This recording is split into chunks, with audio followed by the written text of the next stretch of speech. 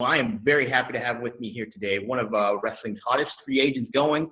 He's been making some news around on his Twitter, on social media, and has been speaking out against it in a certain amount of ways too. So EC3, I'm happy to have you with me today, man. I appreciate the open forum for discussion that we can have. Yeah, so, and there's a lot to talk about. Honestly, this is quite the contrast that we've seen from you previously, whether you were in NXT or Impact or anything. How would you say these last few months of being a free agent has kind of changed you, not just as a person, but as a wrestler too? You know, I'd say the last few months hasn't just changed me as a person or a wrestler. I think it's changed the world. It's changed everybody in some way. Everyone is not the same as they were before the craziness of 2020 has taken over. And I realized I changed with the times. And ironically enough, on the day I was fired from the WWE, I had a notification on my app, on this app, CoStar, Astrology. I am no weirdo that follows astrology, but the notification said, "You're becoming the person you were always supposed to be." And that was the first thing I saw after. And then I felt that was true. As quarantine happened, as COVID began, as everything, people became so divided, it did change me. It was not getting released from the WWE that was a catalyst for this. This change has been happening. I was gone for so long. A lot of things were happening behind the scenes for me. So, yeah, I've changed. But have I changed for the better? Have I changed to become who I always should have been? Time will tell. I feel the path is righteous. The path has been righteous. It's a righteous path. Huh. Well, I mean, we've seen some of your colleagues too just get picked up or resigned by just the major companies, whether it's WWE or AEW. We've seen that with FTR. We've seen that with Drake Maverick. How does this affect you necessarily as a free agent? And just from a mental perspective too, where does that put you in a mindset of?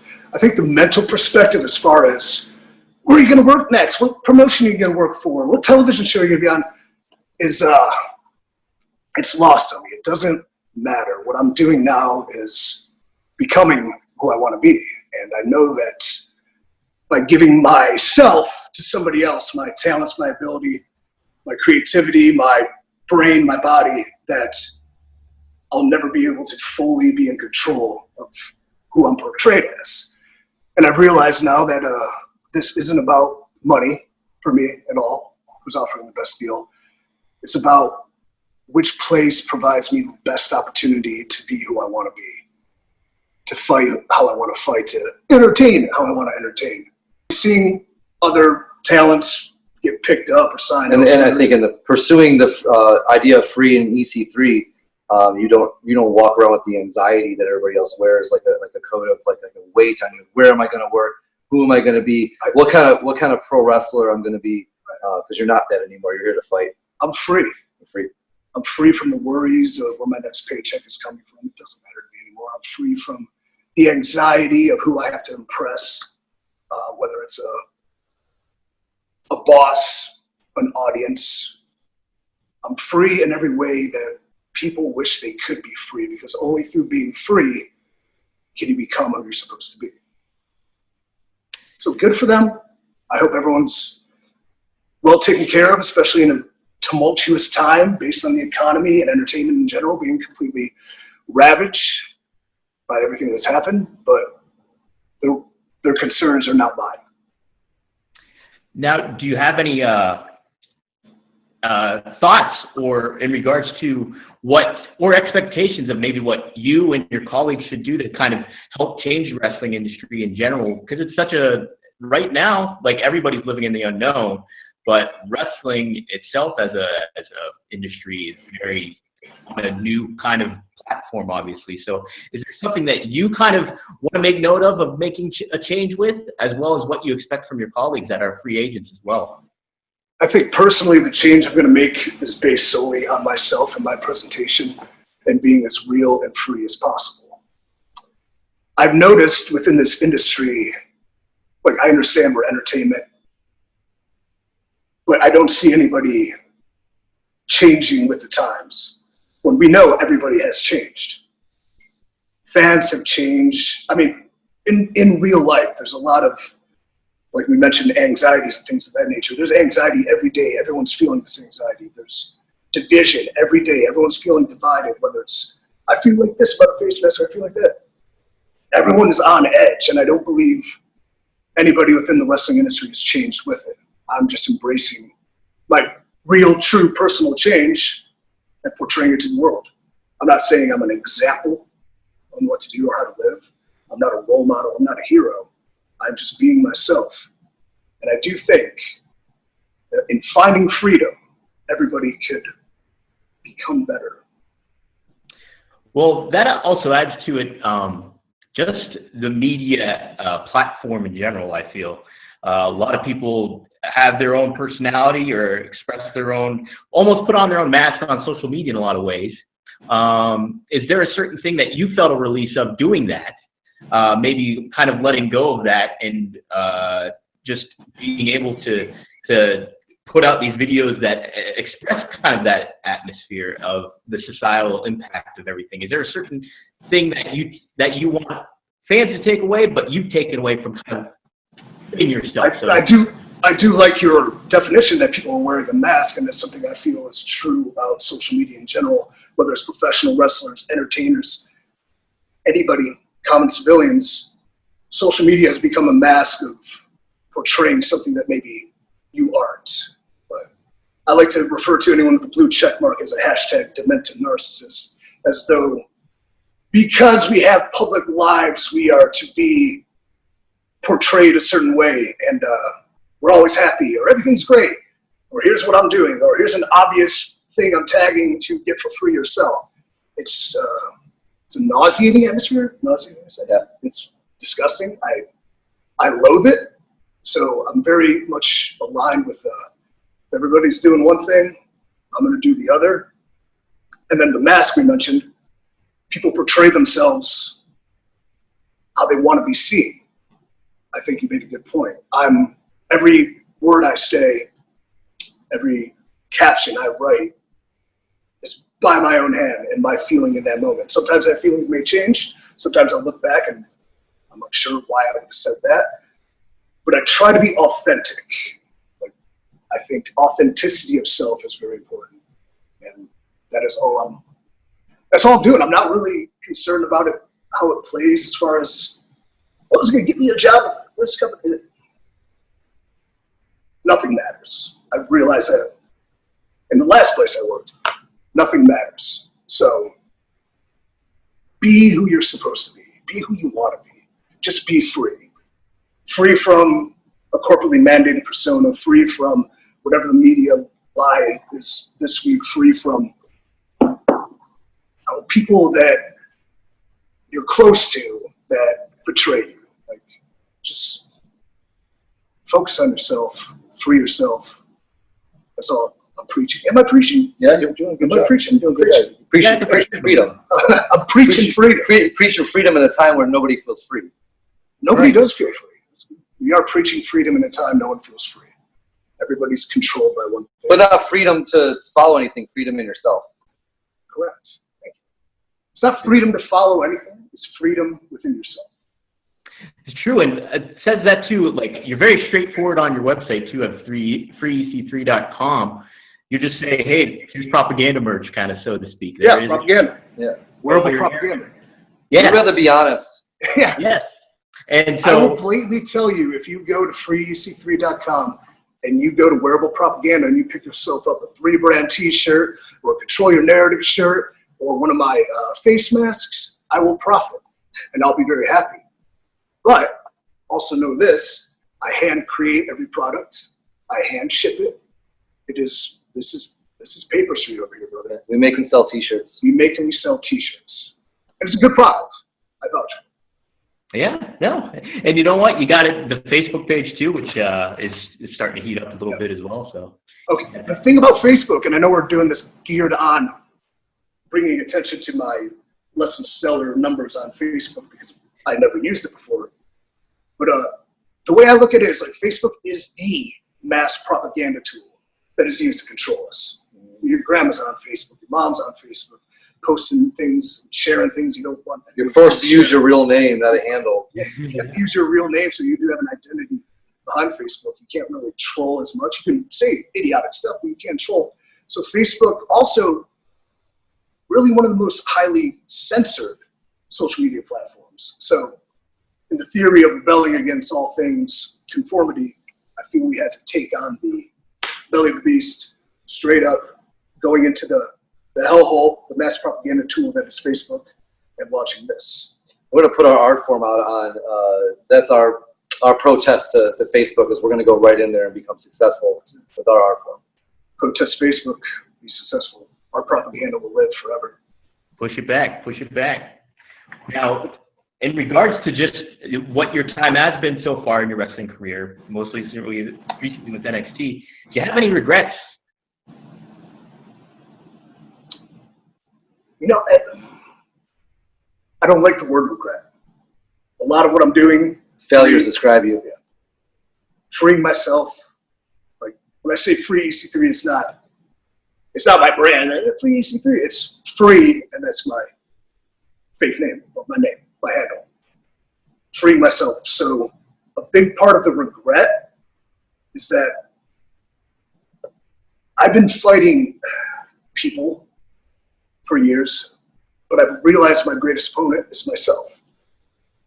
To truly free yourself, you have to take yourself on. You have to fight what you fear the most. You have to destroy the past, and I don't mean destroy the past in the sense of you need to tear down a statue because whatever. I mean, destroy the past that is holding on to you. Your past is just a story. And once you realize that, you can move forward. So a big part of what I'm doing personally is trying to destroy my past. So other anxieties, regrets, mistakes, tons, dozens, thousands. Trust me, there's a lot. But I will not verbalize the regrets because at this point it defeats the purpose of defeating myself. Well, that makes sense though too.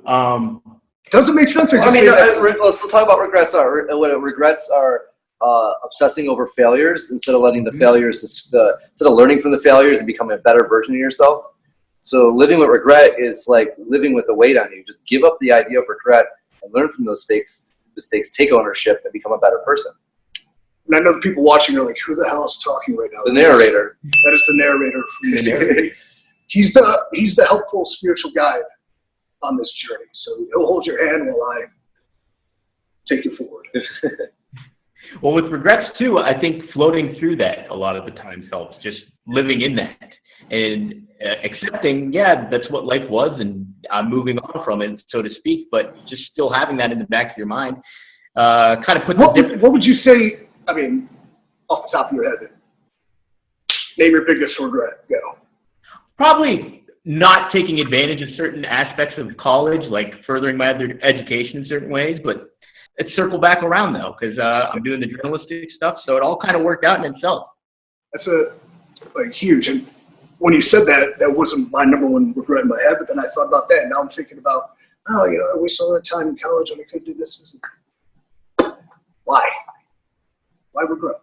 If you have a regret, I suggest this very therapeutic thing. I'm actually going to do it on 7/18/2020 on Facebook, where accumulate items that show your regrets, whatever they may be.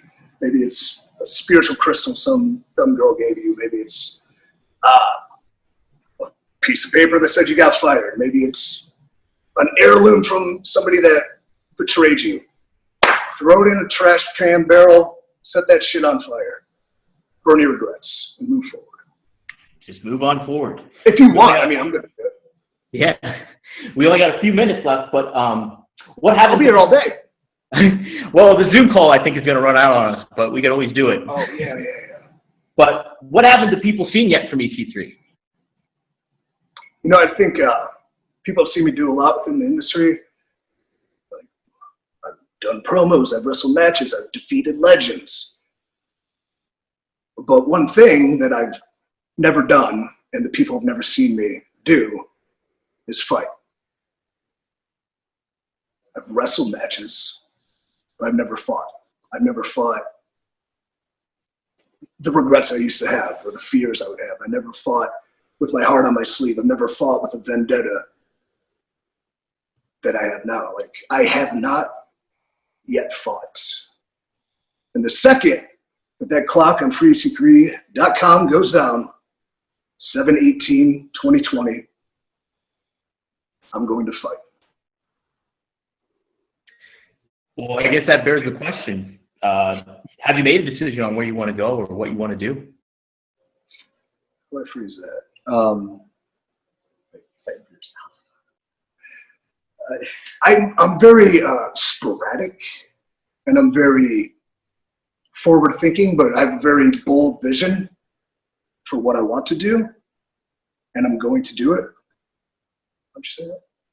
Freeing yourself. You're fighting, you're fighting yourself. I'm going to bring this fight to every forum. I'm going to bring this fight to every social media platform. I'm going to bring my fight to whomever needs it the most. I'll bring the fight. Have I made decisions? I've made a lot of decisions. But it starts with fighting for yourself. And it starts with fighting for myself. Interesting. Well, So midnight.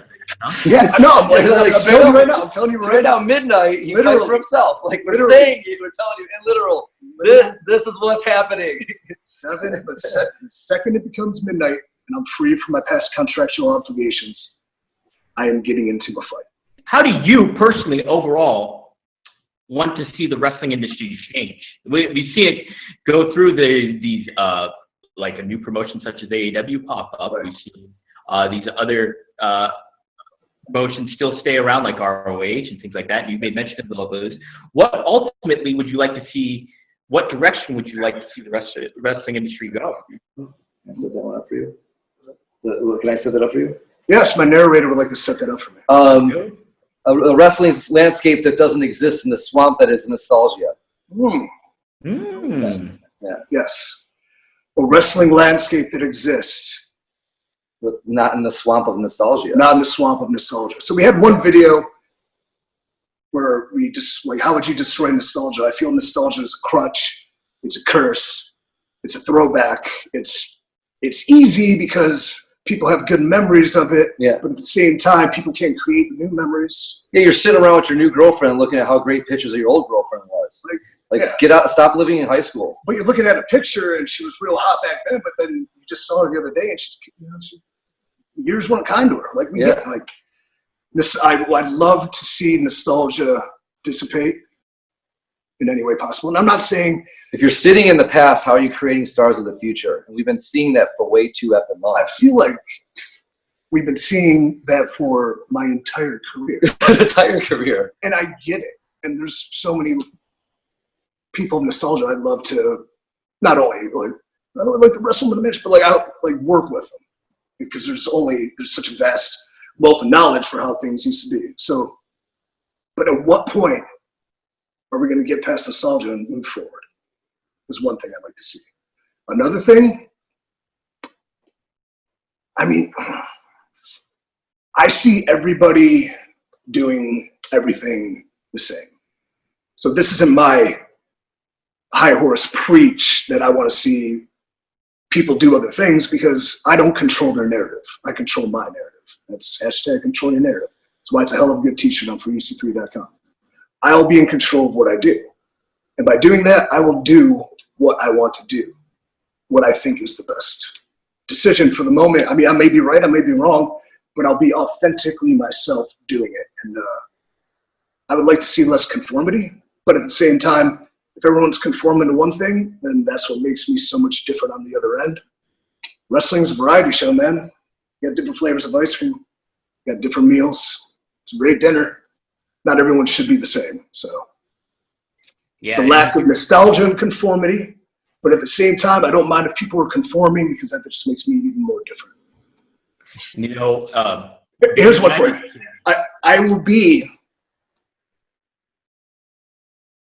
I will be willing to sacrifice star ratings for memories.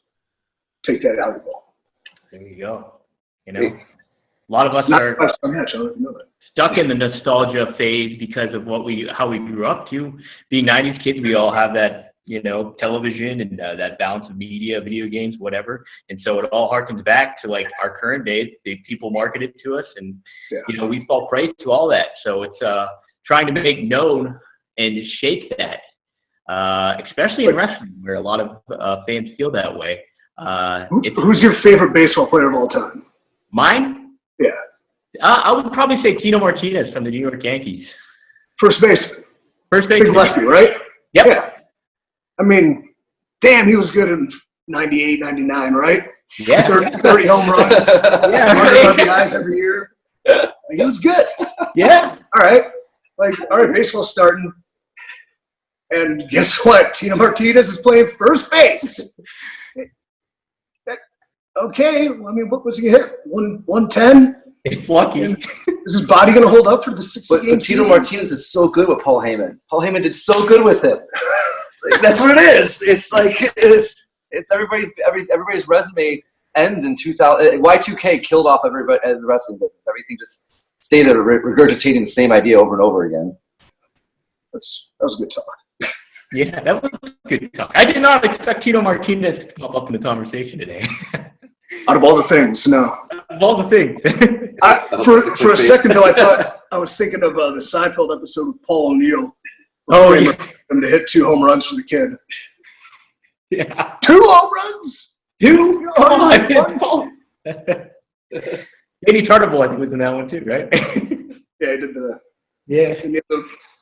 George was driving around and he thought he got flicked off. Yeah, that's right. That's right. Well, we close it out usually with this.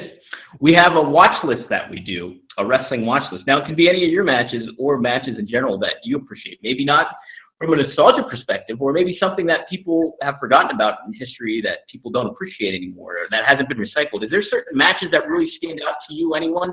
Maybe yours in particular, or any ones that you have kind of done maybe during this downtime or watched? There's, the one thing about nostalgia, about going back into the past, is so much has been lost and forgotten. Right. So I love it. I live in the past. I don't watch current wrestling ever. Just because everything's conformed. But, what I just watched. Hold on.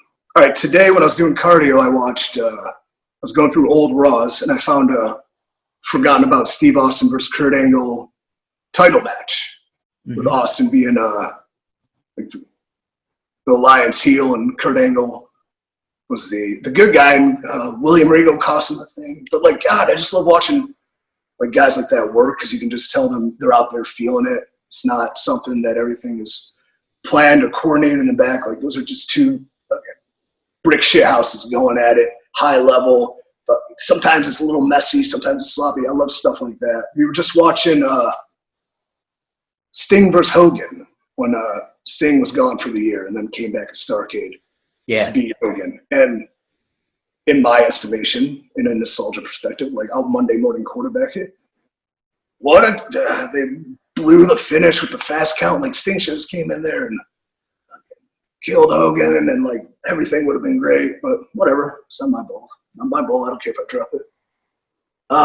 What the hell else did I just watch? And then I threw on RVD Cena from One Night Stand. Oh, so good. Yeah, because I wanted to watch Kurt and Randy from One Night Stand, and I stuck around for Cena and RVD, and just seeing the Hammerstein Ballroom packed, man, I want to be there. A hostile environment. I love that. That was good. So, there's some nostalgia matches for you. Ask me any day, though, because I always have something different for you. Those are just 3 I recently watched. It always does change a lot of the times, and as far as atmosphere goes, with being in an arena, there's you got the empty arenas going on right now, but how important is it to you to have that kind of unique environment instead of just kind of the monotony that you've seen on a lot of the mainstream wrestling products? Some of them give a little diversity in what their arena looks like, and how much does that mean to you being a wrestler? I love every place having a different feel and a different story behind it, because when you're telling a story, any aspect of telling a story that allows you freedom to play with it, I think is the best. That's kind of why when Raw and SmackDown would always look the same.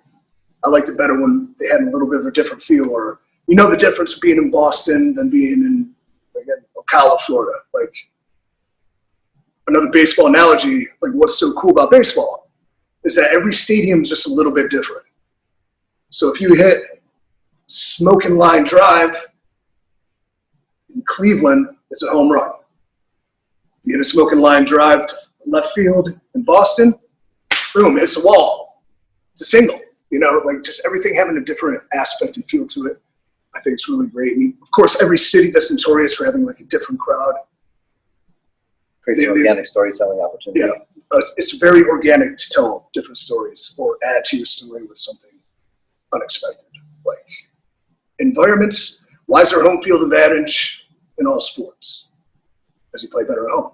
Like, and that's just a story to tell. You have to overcome something if you're not on the home turf. I think it's cool. So yes, I would like everything to have a unique feeling to it. But at the same time, if everything has a unique feeling, then the times that's really unique are lost. So there's a balance. As a wrestler, as a person, do you feel ready and raring to go? Are you itching to get back in the ring? Is all that coming into play right now for you? You mentioned, do I feel good as a person or a wrestler? It's hard to say because every day is different. I feel constantly evolving each day. And just like the world today, the narrative can change like that. We're going this way, something happens, we're over here now. So it's very hard to keep everything balanced and perspective on that. But I'm very optimistic for the future. I'm very confident in what I can provide. Sure, people might enjoy it, but like what I can provide, living up to the expectations I have for myself as a performer and a talent. So yeah, I'll tell you what I'm going to do. Second that clock, it's midnight, 7/18/2020. I'm getting into a fight. I don't want to be like one of these idiots on social media. Stay tuned, big things coming. No, I'm telling you right now, I'm getting into a fight. The second that clock turns 0. Right when it hits. All right.